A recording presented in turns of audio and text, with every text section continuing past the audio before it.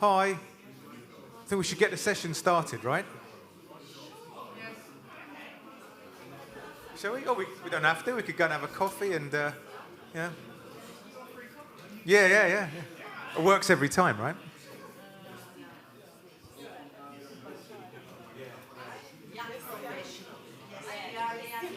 Same here. I'm young. Yeah. In my head. Oh, yeah, cool. Yes, that one. Yeah, thank you. Thanks. It's a tiny show on the road. Perfect.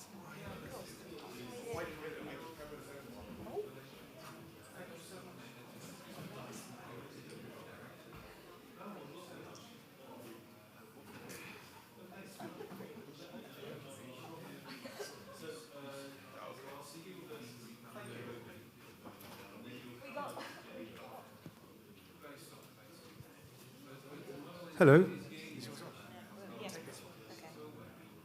We got the graveyard shift, didn't we? Coffee break, day 2.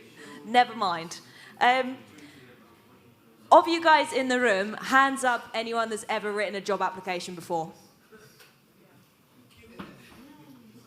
Yeah, I'd say everyone that's listening has definitely written a job description before. Hands up if you're involved with the recruitment process. Not bad. Okay, this is good. This is a good start. So, just to briefly introduce myself, my name's Eleanor, and I have the great pleasure of being up here today with Neil. I'm under 35, so I currently classify as a young professional in the water sector. I've worked in utilities, so got a bit of a background on this sector, and I'm also a member of the advisory board for the Valuing Water Initiative, which you'll hear a little bit more in a moment. So I now give the floor to you, Neil. Hi, everyone. Thanks for coming. So there's only a few of us, so we're going to do this very informally now, okay? There's no podium talk or anything like that. I appreciate it. It's 3 o'clock in the afternoon, and we're all feeling a bit low on energy. So we're going to get straight into it. So I'm Neil from Aquafed. We're actually the Association of Private Operators, but that almost is completely irrelevant to this project, okay? It's just, that's my day title, but it's got nothing to do with really private operators. It's about all utilities. So very quickly, I will introduce this project to you that we're working on about young professionals in the sector. And Eleanor is then going to have a discussion, because this is a discussion section, all right? This isn't us talking at you for 45 minutes. We're not going to do that. I need your comments. I am here specifically in Bonn today to listen to you and what you've got to say, all right? So I need all of your comments. That cool? Right, excellent. Okay. So I think I've done the session objectives already, but it's essentially this. It's to tell you about the project and recruit you for the research that's happening in this project at the moment, all right? So I'm going to need your business cards at the end, and you're not leaving without giving it to me. Is that clear? Yeah? Excellent. Right. Okay. All right. So, in a nutshell, this Career Pathways Guidance Project has come about because we've been listening to young professionals in the last 2 or 3 years. For me, since 2020, when I was working on one of the UN World Water Day campaigns, which is about valuing water. In that time, I got to speak to a lot of young professionals who, as well as talking to me about their values for water, we were discussing a lot about their careers. And what we found that actually, I think that as utilities and as employers, our viewpoint of the kind of careers that young people want, there's a bit of a mismatch going on now, okay? The feedback that I've heard is that very strongly from young people is that, for example, they don't want to work in a utility for 20, 25 years. Like, perhaps that was the old-fashioned career. And they even don't want to get a mortgage and have kids and stuff, but that's a separate issue. Because, right, young people, they're changing very, very, very quickly, and mindsets are changing. And that relates to the employment world as well. So they were saying to us, look, saying to me, Neil, you work in the private sector. I'd like to work in the private sector for 2 years. Then I want to go into the public utility. Then I want to work as my own startup. And so they have these they're going to come in and out. And also, young people are saying we don't want to be known as water people, right? We see ourselves as climate people or sustainability people. So there's a big difference. So we have got a bit of a challenge in harnessing how young people think, and keeping these best people working within the sector and giving them opportunities. So, on that basis, we have set up this project, which is funded by the Netherlands government. Ignore the slides for a minute. Just let's ignore the slides, because I'm moving off them now, okay? The Netherlands government has tasked us, amongst other people, to look at producing guidance for utility managers on how to recruit and retain the best young professionals that are out there, and what opportunities to create for them in the long run. And by that, we've got to understand these career paths or career portfolios that young people actually want, right? So in the end, this project by December aims to produce guidance for managers and really focused on the kind of utility managers in the global south particularly, okay? Although I think there's a lot of lessons certainly for utility managers in the north as well. So that's what we're trying to do. The reason why we're doing it is because in many countries we have an aging utility workforce. I think we all know this, right? Yeah? Not just, all over the place. And if we don't have, and even I was talking to someone from Germany today and saying the German utilities, this is a big issue, all right? So if we don't keep the best people in our sector, we are going to be pretty, we're going to be screwed, basically, right? That's what I'm trying to say in a very polite way, yeah? So, with that in mind, that's why we're doing this work now. So I'm here to kind of really have a discussion with you and hear what you think, okay? Because again, we are basing this whole project on assumptions, having listened to young people, but we want to test out with you what you've heard them say and what you think young people are talking to you about the careers that they want in utilities, right? The feedback we've had is from formalised surveys like the Water Youth Network, for example, but it's also a lot of informal stuff. So are the kind of messages we're hearing, does that resonate with you? Those are the kind of things we'd like to ask. At that point, Ellen, I'm going to hand back to you, if that's okay, and we'll just get straight into the discussion. Yeah, so when we were getting together, thinking and I was like, Neil, what do you actually want out of this session? Like, what do you want to know? He was really just like, what's the appetite for these things? What can we actually do? We've got a blank slate here. What does this guidance need to look like? What could it be at the end of the day? But we just wanted to sort of get a feeling first with what you guys have experienced, and it's great that we've got some people involved in the recruitment process. Have you experienced from the other side of the fence what Neil has heard from young professionals saying what they want? Have you also experienced in the recruitment process, or is it just like people want to get in the job in the first place? So I'm going to put him on the spot because he's on his computer. And he's involved in the... I'll wander around, that's right. We've been sitting down all morning. It's nice to be there. You're welcome. Yeah. Have you heard this from the other side of the fence, of young people asking for this from a recruitment perspective? Well, young people. Well, what you say, it's true. They change, and a lot of young people who are working at Water. I work at Waternet, water cycle company in Amsterdam. So sorry, and we are recruiting a lot of young people, of course. And then they say in the first conversation already, it's a very nice opportunity, but I really have to rethink if I really want this. So then you think, as a Waternet or World Waternet, we're working internationally as well, what can we do to make sure that this youngster chooses this job instead of a job at a consultant bureau? And I find that very, very difficult. Yeah, it's true. So what would make your life easier to sell this job to the person? What do you need? Do you need buy-in further up the organisation, or do you need, I don't know, USB sticks? Or no, I think we don't need presence. I think we need to sell the story in the water sector. I think we are not that sexy. We are very, very old-fashioned, actually, and I think we should change that image, and we should change that in storytelling and show the world that we have a very, very cool jobs. I think that's what we should do. He's writing frantically up there. That's a good sign. And I heard you nodding along with what Peter said. Do you also echo come around here, what Peter's saying about selling the water sector? I was nodding because of a conversation I had with a friend. He asked me, so do you have people who apply to come and work with Ghana Water? And I was like, oh, why are you asking me this?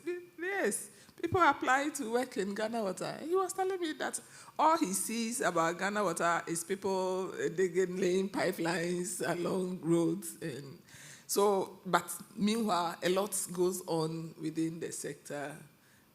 You learn. I have grown in the sector. I joined Ghana Water right after university, and I have not looked back. You learn, you grow in the sector, you meet people, you are exposed to what is happening, even beyond your utility or your company. So I agree with him. We need to let the young people see that when they join the sector, they can improve their skills. It's a competitive area where they can also grow and move to do bigger things, even when they stay. From where I am coming from, you don't have to impress anyone, of course, to come and join the sector, to join the utility, because jobs are difficult to come by. But the few who join Ghana Water, they stay. And we are recruiting a lot of young people. We are putting them on young water experts programs. They are enjoying the utility environment. And I believe when their colleagues see them, they also want to apply to work with the sector. So there's a lot that we can do to get the young people to join. In my department, for example, we have more than 80% of the people are very young. They are below 35 years. I am the oldest. Yes. So, and I enjoy working with them. You see, they are very energized, passionate about the work. When you give them an assignment, they will do whatever it takes to get the work done for you. So it helps. We are trying to just bring them up so that they become major players in the sector. Yeah. Thank you. That's fantastic. Congratulations to Ghana Water for having such a retention of people, and great point about making the work you do behind the scenes more visible for people as well. So something in there. Your comment, though, conflicts a little bit with something that was discussed yesterday in one of the, not allowed to say human resourcing anymore, it's personnel management, in a personnel management session that was saying, like, through YEP training or other sort of young professional training, a lot goes into investing in people, and then they're, I quote, poached by the private sector. So, but then what you're saying is people actually want to stay because it's a nice environment, it's a nice dynamic. Do other people also echo that experience of people being upskilled and then leaving for other opportunities? Shaking heads over here. Ladies, is that something you have experienced? That people stay in your organization? Yeah, actually, what I can say in here also with the previous question, actually I'm coming from academics, okay? I am professor at the university. However, just right now I am working in one of the biggest water and sewerage administration at Istanbul. So I can say from the scientific point of view and also technical point of view, to be in this big administration is a big thing for me, because to see also the science and also the application. So what I am doing just right now, I want to stay at my job. Okay, so together I am combining the two questions, because to see the technical part and the application part really makes me excited about everything. And also I have got really a good mentor here. My manager is also, she's also here. So to work with the great managers as well as to be excited with your job, wants you to stay at the job that you are doing. So, I think, and I have got also students, trying to give these excitements to work in their field, especially in the environmental engineer. I'm environmental engineer, just to show that the best points to serve to the people, to the citizens of your city. So if you give this excitement to them, they will they want to stay at their job with their great mentors and managers. This is the thing that I want to say. Yeah. No, that's a great intervention. Thank you very much. The fact that it is actually having that engagement and excitement about what you're doing, inspired by great leaders within your organization. So again, this leadership theme comes up across lots of space. Now, in terms of the guidance, what do you think is needed to support? We've heard great leaders, but how do you actually do that? And there's someone over here that I know for a fact is a great leader herself, and curious what you think about that. What support can be made to in this way for guiding people about what young professionals want from a career? Thank you for putting me on the spot. I was unprepared for this. Yeah, I was actually reflecting on everything that's been said and tried to relate it to my specific example. I can totally recognize that I would want to stay in a company because my manager just allows it and encourages me to stay. And I was thinking of my case with the Young Expert Program, where we are like a few, I would say, privileged to have access to this program because we speak English. I'm from Mali, and the official language, working language, is French. And these opportunities are there, but they're really for a specific type of person. So we are privileged, but then we have a lot of people that would ask questions about this and that would want to access to these kind of opportunities, but they have the language barrier. So this can be quite discouraging for these people because it's it's seen as, okay, these are the privileged people that speak English and have access to these kind of information. And to cope with that, I think one of the ways that we started doing with our CSO that we started up called the Afro is to go to universities and actually try to instill it in people's mind that, you know, you don't have to become an Anglophone or speak well English, but you have to have the basic knowledge just to access and help with getting access to that knowledge and facilitate that knowledge so that you can be in the system and you can take part into the Young Expert Program, for example, because this is a great opportunity to have an international network that would open so many views. You can see the difference in our utility from people that have access to this program and people that do not. So I think it's a game changer, and of course the opportunity is there, but maybe we need to go beyond and go to universities to attract forcefully young people. Yeah. Thank you. That was great. So now you've got this sort of cross-cutting things of language skills. You've got requests to get active going to the universities rather than expecting people come to them. And we've got a hand over here. So thanks very much. The floor is yours. Thank you. I'm not even putting myself in those shoes because I'm a young person. Okay. I think young people need mentorship.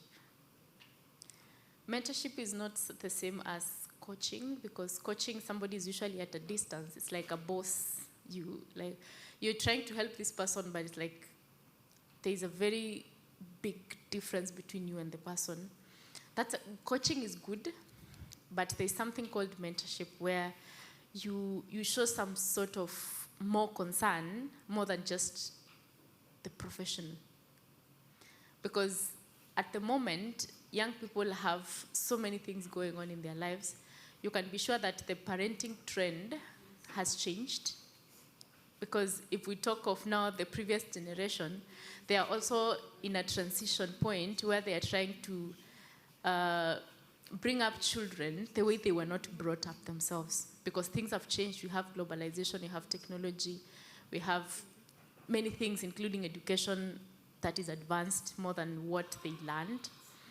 And when that is so different right now, then they are also trying to do as much as they can to deal with us.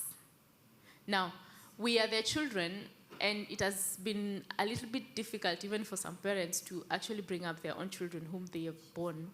So sometimes when you get into the professional world, many of us don't have tangible people that we can say we are looking up to this person, and this person is reachable. And even if they are reachable, they are not approachable. So sometimes it's difficult. And then we also have the difference. You guys must also acknowledge that we are also different from you guys. We are also trying to think differently, and we want to make a difference. You cannot equalize what you know and what we know as young people. There is also that slight difference. It may not be a big one, but there's that generational difference. So from what I have seen already, we have a very big difference between the previous generation and us, and especially when it comes to one person pulling another one. That one, the person who just spoke said that she has her boss there and she's mentoring her. But now you can imagine those of us who have bosses who are like, that's the king and you are a servant somewhere. And then mentorship is hard. That one we must acknowledge. It's hard, especially for young people who want things easy and faster. It's hard. But you guys are also capable of telling us it doesn't go like that. We are not cast on stone that we will say no or we will remain hard on you guys. We will still learn, and that is how we keep learning.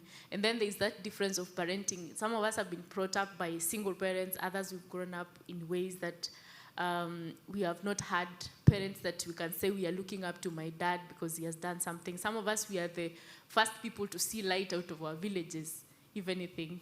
So we need people who will be sort of patient with us, and a good young person will definitely cooperate and be like, yeah, I'm learning from you, thank you so much, and they will appreciate criticisms and everything. But now some of these professionals don't have time for a young person, and they feel like it's too much. Some of them feel like we are competing with them because if I am trying to do better than you are doing, you don't want me to do it. You are somehow trying to suppress me and you don't want me to take this. And then some of these people are still in their professions up to their 70s, and we have many young people who don't have jobs. What do you expect? Can I just ask you, you talked about the difference, sorry to jump in, Elena. You mentioned a few times there's a difference between a young person and the people that you're perhaps working to. Can you just explain what you mean by that difference? And is it similar to what I was talking about a little bit earlier, or is it some other type of difference? Because that's what we want to understand. Yeah? Because everything you just said, I totally agree with, right? But it's what I need to do in this project. My success is translating that difference to the managers, to your employers, so they truly understand. Okay. There are several perspectives of the difference. The first one is our thinking. We are thinking differently, and you must acknowledge that even a child who is born today, they will be somehow smarter than those who were born in the 2000s or in the 90s. There's that sort of, they are better in intelligence. There's some difference in there. So even in technology-wise, like you realize that there are people who have been in the profession for over 30 years, but there are things on technology that a young person will train them. Yeah. So there's that difference. Yeah.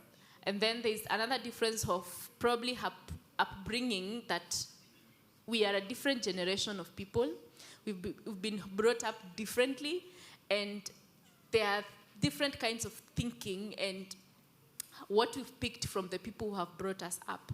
Some probably from our parents or from our teachers, and the community that you've had growing up is not the same community that you have had growing up. And then there's also another aspect of the swiftness of what we want. Like we want something easy and faster. So that could translate to some sort of laziness to some extent, because again, we may not have been brought up as vibrant as you guys have been brought up. I know most of you, your parents brought you up in a way that you had to wake up, work hard, do your best. But for us, probably we've had some bits of luxury in a way, and you felt like, I don't want to get tired. There's that difference, but it's not that it can't change. It can change. And then the other thing is that opportunities right now are, someone would argue that opportunities are somehow less because there's a lot of competition. Well, things have changed. If you talk of the impacts of climate change, for example, ways of living have really changed. And you realize that the way older people would want to retire earlier, like 60s or 70s, we are still competing with them in the marketplace. And it's difficult. Like, you go there and you don't find opportunities, especially those young people who want to be employed, and we don't want to think outside the box sometimes. We are competing with people who are older there.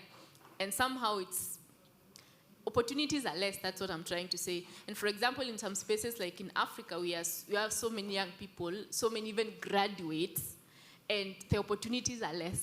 So you realize there's a lot of competition and a lot of friction. And then this now translates into the older people now not wanting to sort of mentor young people who want easy, like who have all those characteristics. And even the young people are looking up to these people, and probably we feel that you guys are not approachable somehow. We feel like, because you now you would translate that we want to compete with you, I have a master's, I come, I find you there, you have a diploma or you had a degree, but you feel like inferior sort of, so you don't even want to share your experience. So there's a lot of things that happen. Yeah, so I think those are some of the differences that can be noted in there, and they can really be addressed, because there's no mentor who is not a mentee to someone. Even you guys, I'm sure you always look up to someone, even if it's a president somewhere. You usually look up to a professional who you can learn something from and you respect them. But now for us, if this intergenerational, this intragenerational and intergenerational aspect of it, where us within this generation, you can mentor us as a different generation, and for us, we can mentor other people in our generation. And then we can pass the baton like that. So if there's a gap between us and you guys, and we have not noted anything in between, and there's no connection, then the next generation will also suffer, because we don't know what you guys have had. So your experience, if it is poured out into us, then it's easier for us to pour it between each other and those that will come after. So I still think it's something that can be doable, but those differences must really be clear if at all we are to go anywhere. Awesome. Thank you so much. That's absolutely crystal clear. Brilliant. Thank you. Thank you. Yeah, and I think you've got your tagline there, Neil. There's no mentor, there's not a mentee somewhere. We had another hand over here. But yeah, also really practical things that you mentioned, like getting time for people. So something maybe in their guidance for actually writing time to do this mentoring, which is what young people are asking for. Over to you. Oh, I'm not quite sure where to begin, but I'd be happy, Neil, to share with you. I've just been very involved in writing the workforce development plan for the Canadian Water and Wastewater Association. So we just published that. I'd be happy to share, because it's got recruiting and all sorts of development plans in there.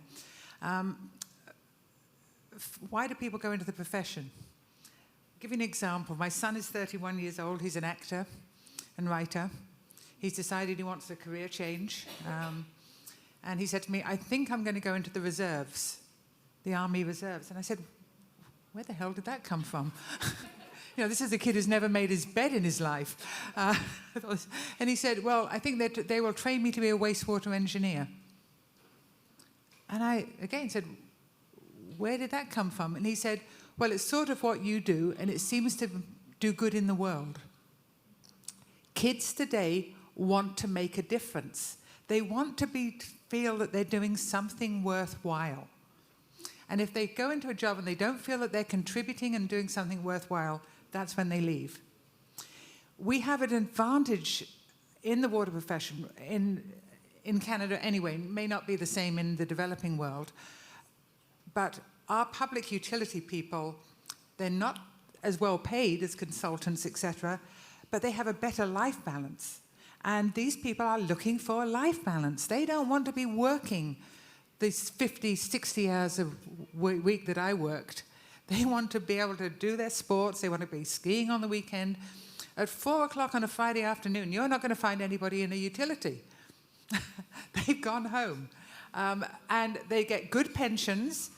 I've known people who've been offered a lot more money, but he said, if I have a lot more money, I don't need a lot more. I'm getting on pretty well right now. But I'm going to have to pay a lot more tax, so there's not going to be a lot more in my pocket. And I don't get my holidays. He was getting 10 to 12 weeks of holidays a year with all his earned days off, etc. People want their holidays. They, if you can offer the 4-day week, that type of thing. This is what younger people are looking for. They're not coming into a career that they're saying, I'm going to stay there for 50 years and get my pension at the end of it. On the other hand, once they are stuck in for a long time, then we got what we call the golden handcuffs. If I leave now, my pension is back-ended, so I lose a hell of a lot if I retire early. And I don't find what you're saying about people wanting to retire. I know most of the people in the industry are saying, you got some, what are your plans? I've got 4 years, 3 months, and 4 days before my retirement day. They know exactly to the day when they're going to retire. So there's some people, like me, get old in the tooth and just love what we're doing. But there's a lot of people that don't enjoy it that much after that long, and they're looking at going. So just some observations. No, that's great. Thank you. And to highlight the benefits of being in this, again, we hear it a lot, making these things sort of visible. We have another hand down here. Yeah, sorry for going back a little, but I totally recognize what she mentioned earlier about the intergenerational gap that we face. Maybe it's an Africa thing, but we definitely have people that kind of limit access to knowledge to a certain way and are not willing to share. And I think I actually, this is not my first time of thinking about this, because sadly, I don't want to be negative, but I work with young professionals and I see a trend. I see a trend of retention of knowledge in a bit, because I think that there is a competition with opportunities that make them behave that way. And I have warned my peers, because maybe I have more opportunities, I don't know, but this is really the problem. And I feel like people are not content with their position. After a few years, they still want more, and that brings insecurity in sharing the knowledge. And they maybe see the potential of young people that are getting into, maybe easily into these positions that they earned really hard throughout these years. So I think that, I don't know how to solve this problem, but I feel like if we don't solve it, then we're gonna see it, at least in my immediate environment, we're gonna see a trend of people just keeping the same bad habits that we're seeing in older generation as young people. Great point to put to the table, Hadi. Thank you. And we've got are you responding to Hadi? Great. Here we go. Back to you. Whoop. Yeah, thanks. Because when you say that, I really think that the water sector is always thinking in long-term strategy, and the young generation thinks more fluid. And I think then we have to change our way of thinking about the long-term purpose we are having, and make that into a more smaller steps. And I think that's what management should do. And I think that kind of guidance we can change. We can change it and to make it smaller, make it more accessible. And maybe we need more people because they're all working part-time. It doesn't matter. But maybe that attracts more people, and that will rethink on management as well, maybe. So that's what I was thinking. I think that is an insight I have right now I want to share. Yeah. Absolutely, that's great. And it also links a lot to your point about people wanting instant gratification for these things, this sort of Instagram, TikTok, fast food sort of life that we find ourselves. Swipe your life, yeah. Neil, you've got taglines, thick and fast. There's also something else. Well, I don't blame those people who don't want to retire, because I've seen some of my lecturers in school, they know that if they retire even at 70, they don't have anything else to do at home. And most of them don't take long before they die. Because some of them didn't think, probably you can say they didn't think outside the box on what they will do after retirement. But again, there is also this other generation of people that is bringing up children, and you know that at your 50s or towards 60s is when now you feel like you are fulfilled, you have brought up your children, they've studied, and now you want to live the life that you wanted to live at 20 or 30 something. So that's now how some people get back now to be serious in the profession. And there's also this age of you begin now looking back and thinking of what legacy have I left in the world. So you still want to stick there and do something. That's when now you feel sort of active. But now there's another thing, probably in the global south, that you guys can consider, where most of the young people have burdens of their own families. Like for me today, it's like I am a parent to my own parents and my other siblings who are behind me. So if I want, when I want to look for an opportunity, I want an opportunity that will not only sort my own life, but also the life of my siblings, because I was brought up in a humble background, let's say poor background, and my family, probably the parents sacrificed as much as they could. They sold so many things, and they invested in my education so that after that, I facilitate their palliative life at old age. Most of us, we don't have pensions at home. We facilitate their old age, and not only that, but our own siblings. And then we also have our own lives. So some of us are also stressed, like, you meet us looking for opportunities, but honestly, we are carrying the burden of our own families, the families of our parents. So it's a big thing. And then there's something that probably this one would be helpful now for the guidance. It's the last one. Young people being relevant to their mentors. Like, be relevant to that person that you are looking up to. This is one thing I would tell young people. I'm wondering why they are not here. But I would tell them, be relevant to your mentor. I have mentors, and I always look for an opportunity where I can have them as much as possible. We've really got to stop now. I'm waiting to come in, so yeah, so, really, okay. Thank you so much for the feedback. Sorry to cut you off, but we are at time now with the next session about to start. But good news is you can continue engaging in this conversation. Do you want to put it up here? So we'll circulate this around more afterwards as well. But we can keep this conversation going, keep building on the guidance. Neil, did you get what you wanted? More than I got it. Thank you very, very much. That's a half hour of power, I think. So thank you. All right. Thank you so much, everybody. Thanks, everyone, for coming. And keep going.